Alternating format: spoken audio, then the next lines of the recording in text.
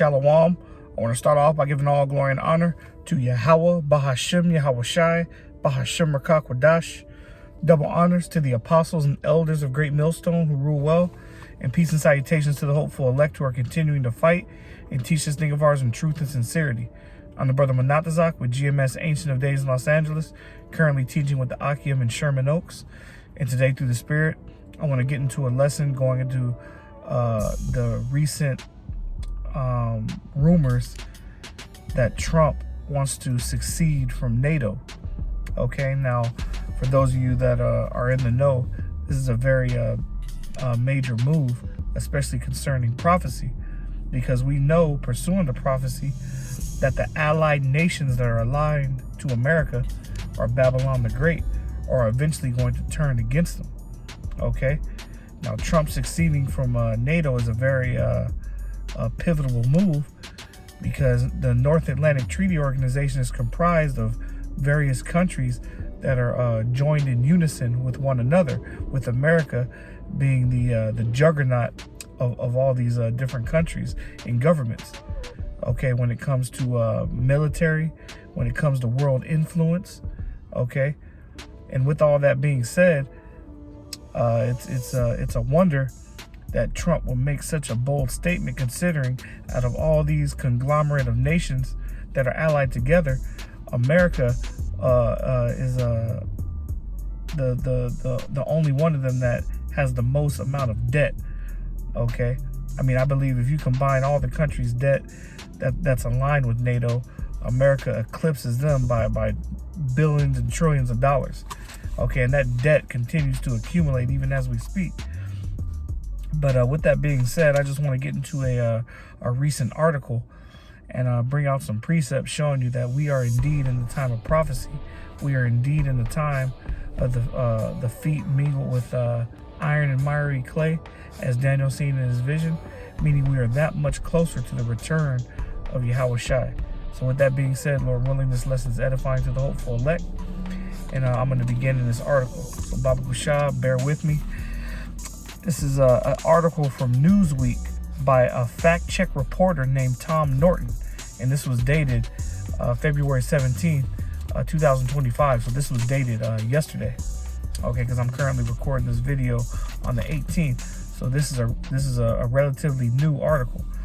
Okay, it says President Donald Trump's administration left European leaders reeling last week, prompting unattributed rumors that he was considering withdrawing the United States from the North Atlantic Treaty Organization, or NATO. Okay, the militaristic pact that has bound the U.S. and Europe since 1949. Okay, now this is major, because for those of you in the know, NATO was originally formed as a united pact to combat the USSR, or the Soviet Union, which has since disbanded. But under Putin, he's trying to reclaim these territories, beginning with that pivotal site of the Ukraine. And what's so important about the land of the Ukraine is that it borders allied nations of NATO and Russia. Okay, so if the Ukraine were to join NATO, okay, they would basically have missiles pointed in the backyard of Russia. And likewise, if Russia was to claim NATO under their sovereignty, they would have missiles pointing at allied nations, which they already are. But it goes to show you why that front in Ukraine is so important and why that war is still waging on today. Okay, the article continues. Confirmed talks in Saudi Arabia between Russia and U.S. officials, alongside comments made by Vice President J.D. Vance to the Munich Security Conference, have stirred worries that the U.S. relationship with Europe may weaken as Washington pursues a more nationalist agenda. So under Trump, who's only been sworn into office less than a month, because he was sworn in January 20th. It's not even February 20th. And already there's rumors that the U.S. is pursuing a nationalist agenda. Okay, now by definition, what makes that so pivotal is when you go into the definition of a nationalist, it reads a person who strongly identifies with their own nation and vigorously supports its interests, especially to the exclusion or detriment of the interests of other nations. So Donald Trump is basically trying to become an emperor, with America being his own sovereign nation. Okay, to succeed from NATO is basically saying that you don't need their support, you don't need their military. Okay, he's basically saying that America is strong enough to stand on their own. Okay, and that's very dangerous talks considering the times that we're in. Okay, but it's beautiful for us in the spirit, because we know, pursuing the prophecy, that it eventually has to get to a point where these allied nations are going to turn their own missiles on Babylon and shoot them. Okay, we have yet to see what's going to cause that to occur. Okay, but that's why I'm reporting on this Newsweek article. Okay, because it's showing the breadcrumbs that are eventually going to lead to that prophecy being fulfilled. Okay, these are some very exciting times. And Trump, with his draconian laws, is stirring up a lot of enemies, even amongst his own quote-unquote so-called allies. All right. The article continues. The Saudi talks, which U.S. officials have confirmed Europe will not be a part of, have worried Euro leaders. So here it is. Trump is talking to so-called enemy nations behind allied nations' backs. And he's even excluding them from sitting in those meetings. And that can incite talks of collusion, conspiracy, the type of things that you don't want allied nations to be suspect of, especially in a time of war. Okay? The article continues. Before being elected to a second term as president in 2024, Trump indicated a potentially frostier future with European powers, meaning he's trying to ice them out. Okay? That's very bold talk. It says, driven by a disparity across the alliance on military spending. So this is all stemming from Trump wanting to bolster more money into the defense of America. Okay, we're already a country that's trillions and trillions of dollars in debt. And it's already been confirmed that Trump wants to build an iron dome, likened to the one in Israel, across all of Babylon. Okay? Why would you want to spend all this money on a defense system, okay, if we're supposed to be in talks of peace, when we're supposed to be in a ceasefire?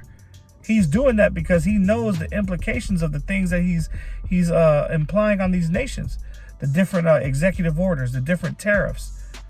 He anticipates America being attacked, which is why he's trying to put money into a defense budget to build an iron dome across America. But we know, pursuing the prophecy, that even if he does succeed in doing it, Babylon is still destined to be destroyed. Okay? Continuing on. It says, at a rally in South Carolina in February 2024, Trump said he told NATO summit discussions that the U.S. would not protect NATO allies if they did not increase their defense spending. And that's very bold talk. Okay? You're basically saying that to your own allies, that if you don't uphold your end of the bargain and put the money that we agreed to towards our defense, in the event that you're attacked, we, America, being the strongest military in the NATO alliance, is not going to stand up and help you. Okay? And that's going against the legislation that the U.S. signed to be a part of NATO. And the article goes on to explain it. Trump said, everybody's got to pay. They said, well, if we don't pay, are you still going to protect us? Trump said, absolutely not. And they couldn't believe the answer. The article continues. NATO's charter states, if a NATO nation is invaded, then all other members, including the U.S., are obligated to treat the invasion as if it were an attack on themselves. But this is what Trump went on to say. Trump went on to suggest that he would encourage Russia to do whatever the hell they want if it attacked another NATO ally that hadn't met spending commitments. That's talks of treason right there. You're basically giving enemy nations the go-ahead to attack allied nations, okay, if they don't participate in the defense budget of the U.S. Talk about being a bully. These are the words from the president himself. And these are some very strong words that's definitely going to rub these other nations and their leaders the wrong way. Okay, and Trump is already unpopular amongst the allied nations. We're in some very serious times through the Spirit. So that was the end of the article. I want to get some precepts just to tie this all together and show you how important the times that we're living in are. Because these other groups out here aren't reporting on the prophecies and on the things going on with the government and across the world. That's why we here at Great Millstone liken ourselves to the true watchmen, because we are literally watching all news outlets, all social media, okay, all what do they call it, TikToks and YouTubes and Instagrams, filtering everything that we hear through the prophecies, through the scriptures. Alternative media, right? This is the book of 2nd Ezra, chapter 11, beginning at verse 38. It says, "Hear thou, I will talk with thee, and the highest shall say unto thee, Art not thou it that remainest of the 4 beasts, which I made to reign in my world, that the end of their times might come through them?" This is speaking of the new Roman Empire. Okay, basically talking about America, the time that we're in now. It says, "And the 4th came and overcame all the beasts that were past, and had power over the world with great fearfulness, and over the whole compass of the earth with much wicked oppression. And so long time dwelt he upon the earth with deceit." Okay, and this is speaking about America and the way they rule with that iron hammer. Okay, they're going around trying to police the earth and bully the earth. Got all these different sanctuary all across the globe, emissaries all across the globe in every country. He was given the fatness of the earth, that he being Esau Edom, and he's definitely living up to that prophecy. Okay, let's get the book of Daniel. The book of Daniel, chapter 2, because I mentioned the prophecy of the statue, and that's very important to the times that we're in now, because it's showing you how close we are to this society, this kingdom being brought down low. This is Daniel chapter 2. Okay, and I want to get verse 33. Going into the dream of the statue, it says, "His legs of iron and his feet part of miry clay." Okay, and that's the part we're in now in prophecy. Okay, it says, "Thou sawest till a stone was cut out without hands, which smote the image upon his feet that were of iron and clay, and brake them in pieces. Then was the iron, the clay, the brass, the silver, and the gold broken to pieces together, and became like the chaff of the summer threshing floors." So all these great kingdoms of the past, okay, as it mentioned, okay, the gold, the silver, the bronze, the iron, and then the clay and iron is speaking about the Babylonian Empire, the Medo-Persian Empire, the Grecian Empire, the Roman Empire, and the revised Roman Empire. All those kingdoms, when they're broken down by that stone carved without hands, which is the second coming of Yahushua, he's going to tear these kingdoms down, and they're going to be swept away as if they never existed. Okay, all these quote-unquote mighty kingdoms are going to be brought down low, and the kingdom of heaven under Yahweh Shai is going to be established to rule the world in righteousness. And this is the times that we're living in now. Continuing on in verse 35, it says, "And the wind carried them away, that no place was found for them. And the stone that smote the image became a great mountain and filled the whole earth." So this great government of righteousness is going to fill the whole earth, where the law, statutes, and commandments are going to reign supreme under a sovereign nation of righteous Israelites. Okay, with the law, statutes, and commandments put in their inward parts. Okay, a kingdom like never before. All right, and this is the times that we're in now. I want to jump to verse 41. Okay, it says, "And whereas thou sawest the feet and toes, part of potter's clay and part of iron, the kingdom shall be divided, but there shall be in it of the strength of the iron, for as much as thou sawest the iron mixed with miry clay. So that strength of iron is speaking about the U.S. and its military. Okay, but these other nations, they're not all together. They're not all in unison. So iron and clay doesn't mingle, just as water and oil doesn't mingle. And this is the state of NATO right now, NATO and the EU. Verse 42, it says, and as the toes of the feet were part iron and part of clay, so the kingdom shall be partly strong and partly broken. And whereas thou sawest iron mixed with miry clay, they shall mingle themselves with the seed of men, but they shall not cleave one to another, even as iron is not mixed with clay. And in the days of these kings shall the Most High of heaven set up a kingdom which shall never be destroyed. And that's beginning now with the hopeful elect standing upon their watch. That's why in Revelations 12 it says that great fear fell upon them that saw us, because these higher elites, these higher luminaries, these elite bankers, they know the truth of the scriptures, and they know which prophecies to look for that's going to signal their inevitable downfall. Which is why they're scared to make a move now, because they know who the prophets are. They see us on these street corners. They're watching our videos. They're taking notes. They have dossiers on all of us that are listening and watching and teaching. It's only a matter of time before they make their move. But the Lord already has them checkmated. Because as the scriptures prophesy, when the enemy comes in like a flood, the Lord is going to lift up a standard against them. He's going to give his men spiritual power to supplement whatever Esau Edom comes down with us on. And we are living in these times now, as the scripture just said, in the days of these kings, these different kings of the NATO and EU, even Babylon the Great, the cruel Lord, Nero, Donald Trump, who's coming down with his draconian laws and measures. These are the times that we're in now through the Spirit. Okay. Verse 44 again, it says, and in the days of these kings shall the Most High of heaven set up a kingdom which shall never be destroyed. And the kingdom shall not be left to other people, but it shall break in pieces and consume all the kingdoms, and it shall stand for forever. Okay, and these are the times that we're in now, where we're hastening the coming of Yahweh Shai and the kingdom that he's going to set up. All right. Let's get Revelation 17, beginning at verse 16. Revelation 17, which is a chapter that's going into Babylon the Great. But I want to go into Revelation 17, verses 16 to 18. It says, and the 10 horns which thou sawest upon the beast, they shall hate the whore, and shall make her desolate and naked, and shall eat her flesh and burn her with fire.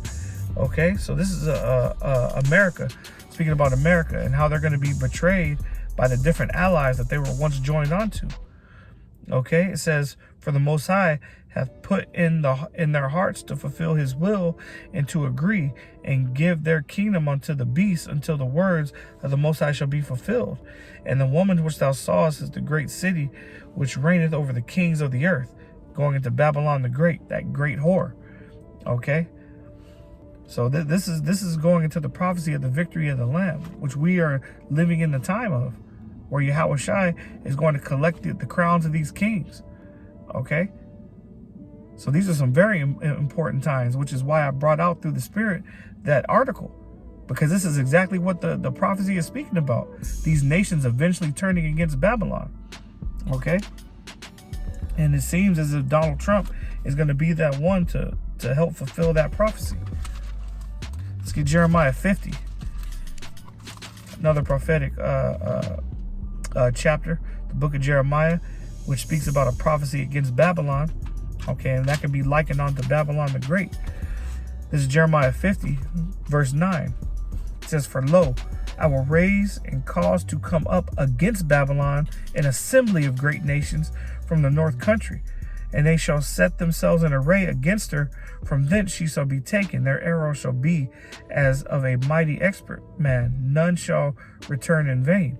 Now this is speaking primarily of Russia, the north country, but these other nations are going to point their arrows, their missiles at Babylon and shoot them as well. Okay, we are in the time of this very prophecy. Jumping down to verse 14, it says, put yourselves in array against Babylon round about, all ye that bend the bow. allied nations and enemy nations alike. All ye that bend the bow, all ye that have the ICBM missiles, the hypersonic missiles, the nuclear missiles, point them at Babylon and shoot. Okay? Shoot at her. Spare no arrow, for she hath sinned against the Lord, Yahweh Shem Yahushai. Jumping down to verse 23. How is the hammer of the whole earth, America, right, cut asunder and broken? How has Babylon become a desolation among the nations? Okay, this is a prophecy that's going to take place. This is why we focus so heavily on prophecy, because we can see the signs of the times. We are measuring the time diligently in of itself, and we're watching these prophecies play out right before our very eyes, and we're reporting on them through the Spirit. Okay, so although they're still allied nations, eventually it's going to come to a point where they're going to turn against Babylon, and we can see the makings of that right now. So Lord willing, this lesson was edifying to the hopeful elect. I want to give all glory and honor to Yahweh, by Hashem Yahushai, by Hashem Rakakadash. Double honors to the apostles and elders of Great Millstone who rule well, and peace and salutations to the hopeful elect who are continuing to fight and teach this thing of ours in truth and sincerity. This has been your brother Manatazak, and until the next lesson, Shalom.